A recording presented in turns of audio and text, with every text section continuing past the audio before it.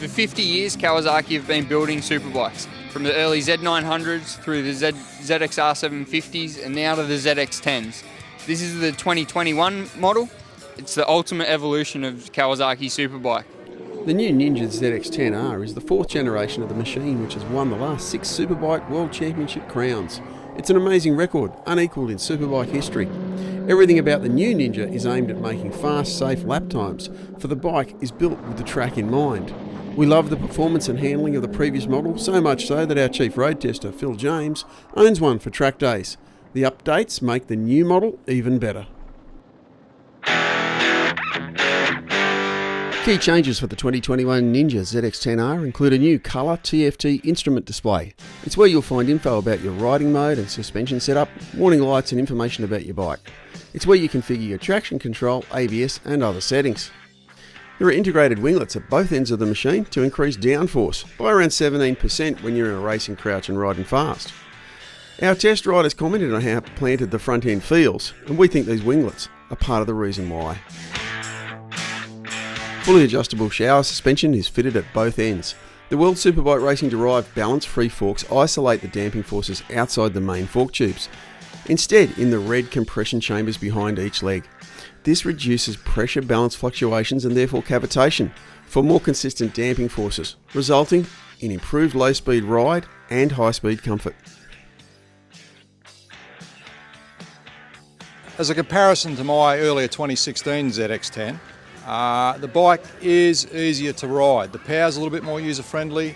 The geometry changes make the bike a little bit easier to move around. It's just very user-friendly to go at a pretty good pace. The chassis has received numerous geometry updates to improve handling. The changes have resulted in more weight over the front of the bike, better stability at speed thanks to a slightly longer wheelbase, and better suspension performance due to a lower swing arm pivot. But immediately the updates strike you as being a genuine step forward with the bike. I particularly like the fact that it's easy to put the bike where you want it on the track. Now I'm small and it still works for me, yet the changes of the bike are supposed to make it better for taller people as well.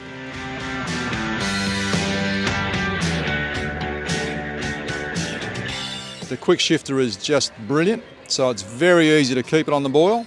The quick shifter has been upgraded for 2021. It's now up and down through all the gears. It's a complete street bike. It's got a number plate, it's got lights, it's got a horn, it's got mirrors, yet it's still very good on the track. As a road bike, Kawasaki's improved the machine by adding cruise control. On a 200 horsepower motorcycle, this is a really good idea for keeping your speed under control when you're on a public road. There's also optional heated hand grips. This could be very useful at cold racetracks, but it's also great for riders who prefer to use sports bike gloves and get caught out in cooler weather. As a standard street bike as it comes, it's impressive. Keo and I have been comparing notes on this and trying to come to terms with how the bike works for what he does and what the bike does for what I want. Now for me, it's really good because it's configurable and I can set it up to my level of ability. It's got accessible performance, I like that, and it's very strong. Very friendly ABS, corner sensitive, it's got corner sensitive traction control, it's got variable engine braking. It's possible for me, in conjunction with the adjustable suspension, to get the bike just the way I want it. So I'm a racer at heart, and we've taken this dead stock Ninja ZX-10 and had it out on the track today, and it performed beautifully. It's really fast, handles great, brakes are awesome, and the electronics are fantastic and makes it easy for anyone to ride. So for a track day or racer guy like me, the bike is perfect. All the electronics are adjustable to suit the rider or the type of riding you're doing. So you might have a different setup for the road or the track, but it's easy to turn up at the track in one riding mode and switch straight to another to suit the track riding.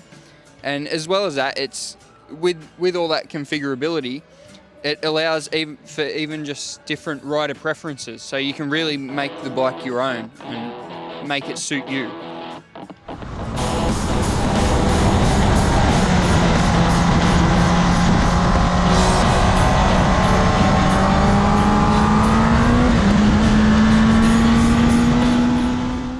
front of me I have a track-prepped 2021 Kawasaki ZX-10R.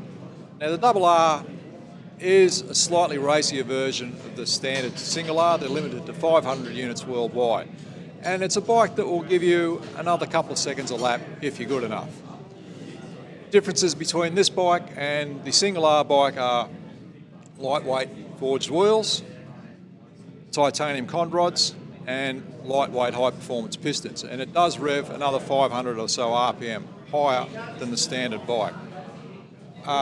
This one is BC Performance's spare bike, and it has got all of the things that you would do to it to make it into a track bike. It's got race glass on it, a high quality steering damper, a racing exhaust, very nice bit of bike if you're at the track.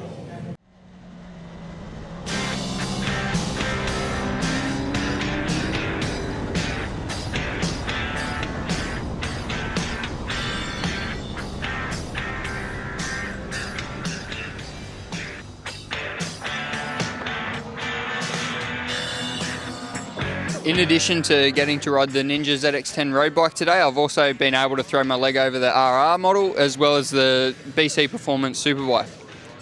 So Kelvin, could you tell me what sort of changes do you make to turn this ZX-10 into a superbike?